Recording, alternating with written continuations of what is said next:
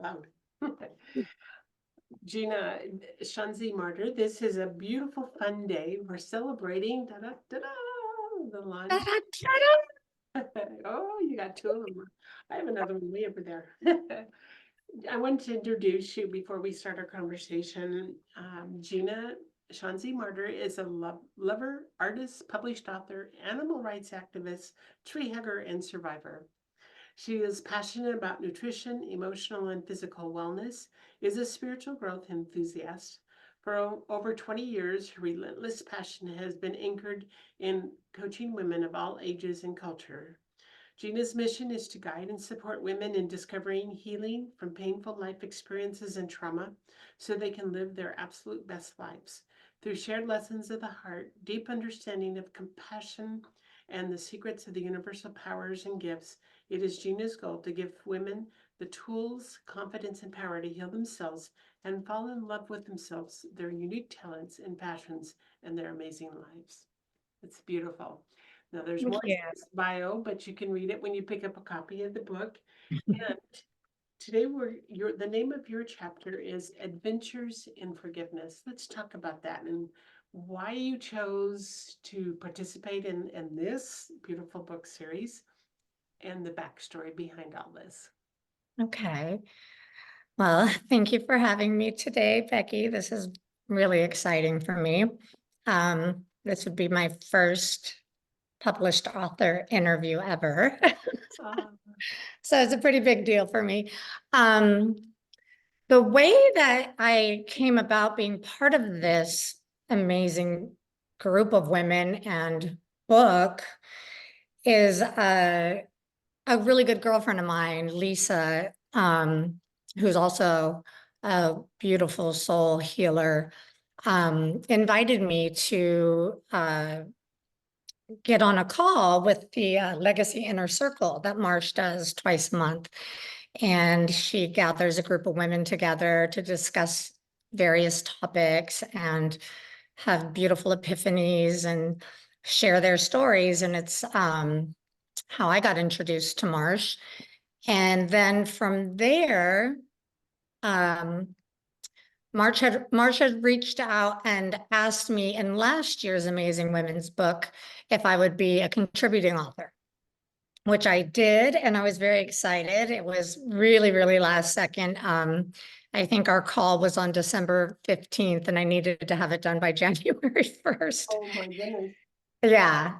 And but once you do that, and then you go through the process of what we're doing right now of promoting and celebrating and watching the book on the bestseller charts and seeing the reaction of women who've had that book in their hand, I was just on such a big high. It was so exciting that when this proposal came about, I just jumped on it. And it was super exciting. And, then we learned more about, the title and things like that, which at first got a bit intimidating. And then I was like, whoa, am I over my head? But again, the universe steps in as it always does, and the process begins. And that really was a process for me. It was kind of one of those things when you tell your story, you almost have to take all of the ideas out of your mind of who's going to read this, who's going to hear this story, what are they going to think? You have to eliminate all of that so you can just be authentic. And that's, as challenging as it was, and it was very cathartic. And I remember describing to Marsh one day on a call with her, it literally, we talk about being rebirthed, or it felt like I was in the process of being birthed, like in the canal, and you're being squeezed so tight, and you don't know if you're going to see the light at the end, and then all of a sudden you finally, come out. But yeah, so, I took the challenge, and I'm so grateful that I did because of all the beautiful women I've got to meet, the depths of my inner self that I got to share. And yeah, it's been a really great process. Beautiful. You know, I've worked with a lot of women that have bring their story to the world, and what I find is it's such a journey, and it's scary at times, and you're thinking, oh my gosh, now it's time for everybody's going to read my story, you know, and yet there's something very freeing about it, and I think we grow so much more through that process. You know, Absolutely. It seeing is, it's a process of letting go and letting be. And really at the end of the day, that's where we all want to be, just peacefully where it being in what it is, life can throw us so many beautiful experiences and so many challenges, and, you know, being present and doing our best to stay positive through those experiences is what create the beauty of life, really. The yin and yang is hard as it can seem at first, is really what gives us the identity of the polarity of the beauty of life, the good and the bad, the dark and the light. And we wouldn't know what one thing was without the other. That's right. Yes. Yeah. So you have a beautiful quote at the beginning of your chapter on adventures in forgiveness. It says, self-forgiveness is the ultimate level of forgiveness. It opens the pathway to self-love, the authentic light that leads to living our heart and soul's deepest passions and manifesting our greatest visions. What inspired you to choose this topic? And what's kind of the story behind it all? What's the end of the story? What's the story behind? Oh, Yeah. well, the reason why I think the book title went into the forgiveness piece was because really my journey has been a ton of different things that have been leading me. Let me think of a different way of saying this. For me, I had to go through a lot of different stages to heal myself from traumas that I experienced throughout my life. And, there's a lot of pathways to that, and everybody has to find what resonates with them. And so I went down a lot of different pathways, and one of them that kept reappearing in my life was forgiveness. Being able to forgive and let go of experiences that I had labeled one way or another, whether it be experiences that I had with other people, experiences that I had with myself. And through that process is where I learned forgiving others is a beautiful notion, but how relevant is it if we haven't learned to forgive ourselves? How can we give somebody something that we can't give ourselves? And that story, or that lesson brought me full circle into the depths and layers of looking at areas that I needed to work on to forgive myself, to be accountable in my life. I think that's a big thing for me, is for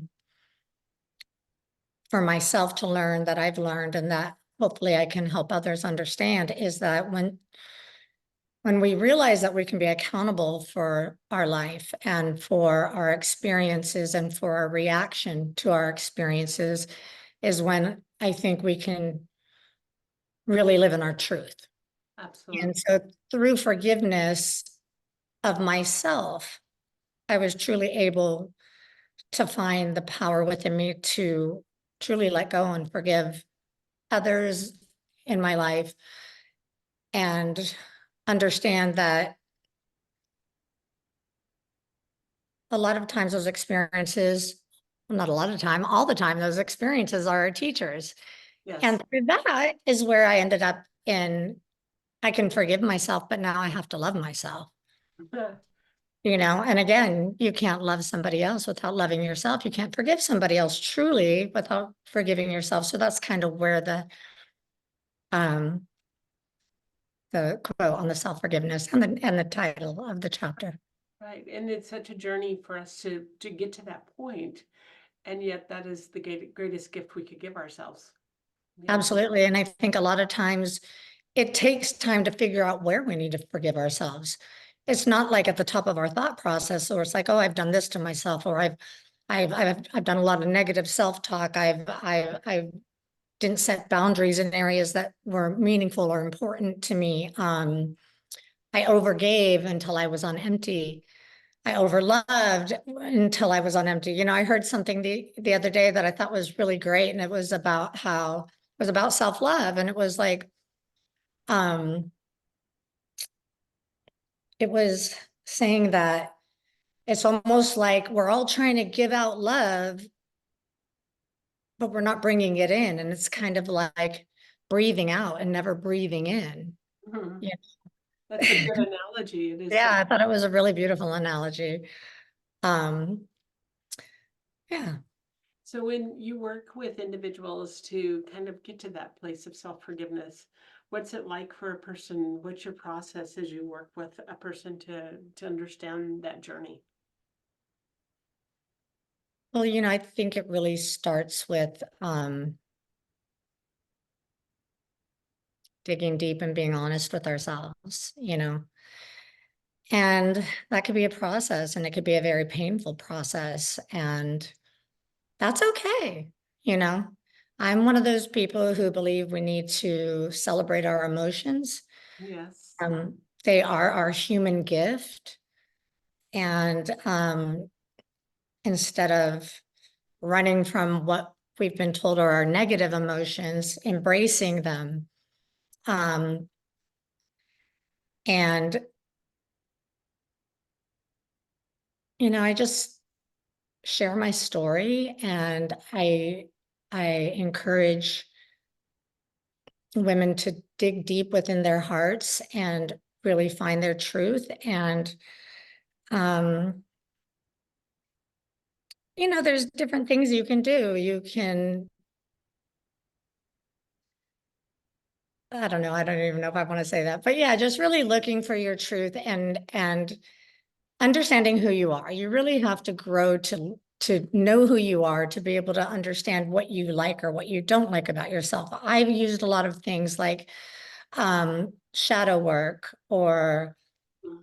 reparenting myself, so I can look at things differently, which is really about analyzing our belief systems of, you know, where do they come from? Did we create our belief systems? Were they given to us? Do they honor us? Do they serve us? Are they Um, generational?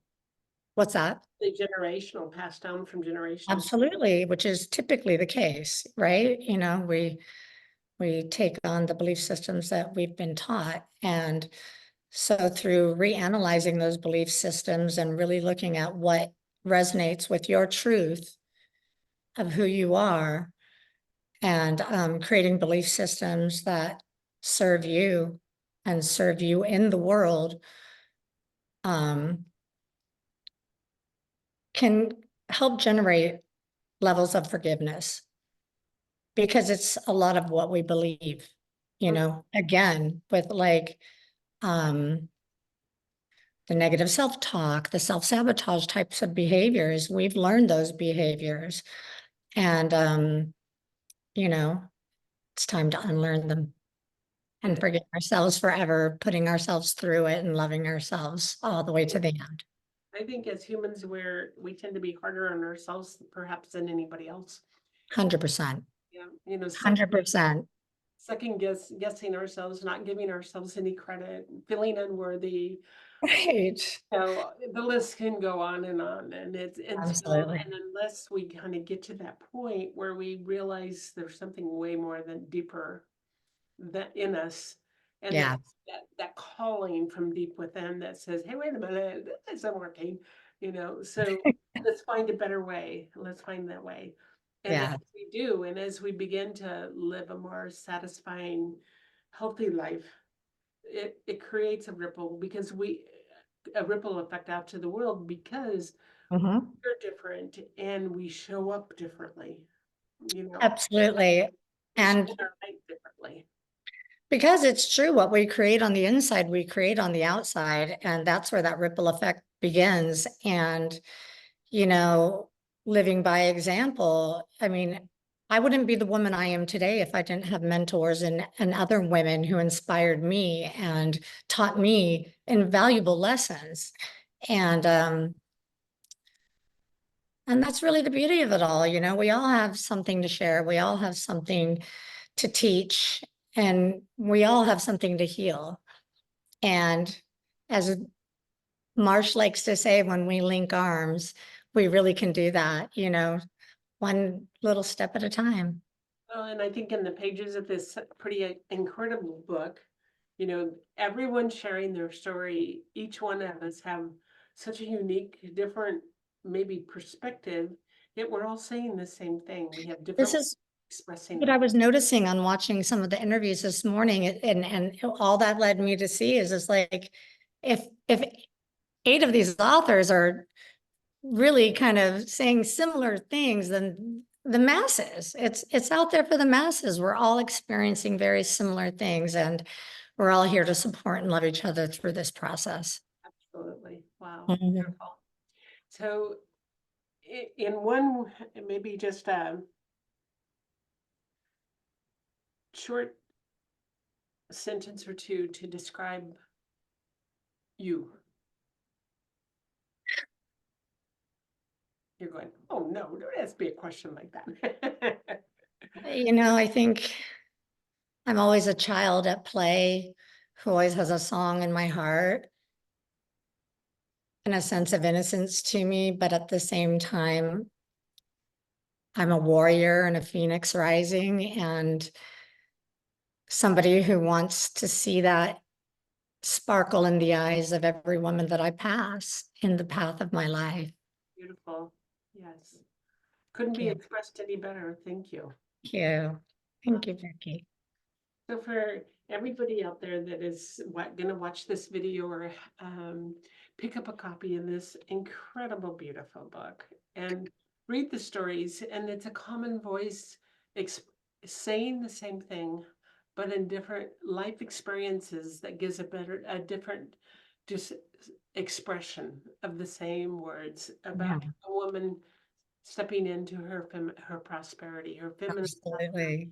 And feminine prosperity doesn't always mean money. It means happiness. It means So much more. overall I well-being. think the prosperity money has more of a masculine attachment to it.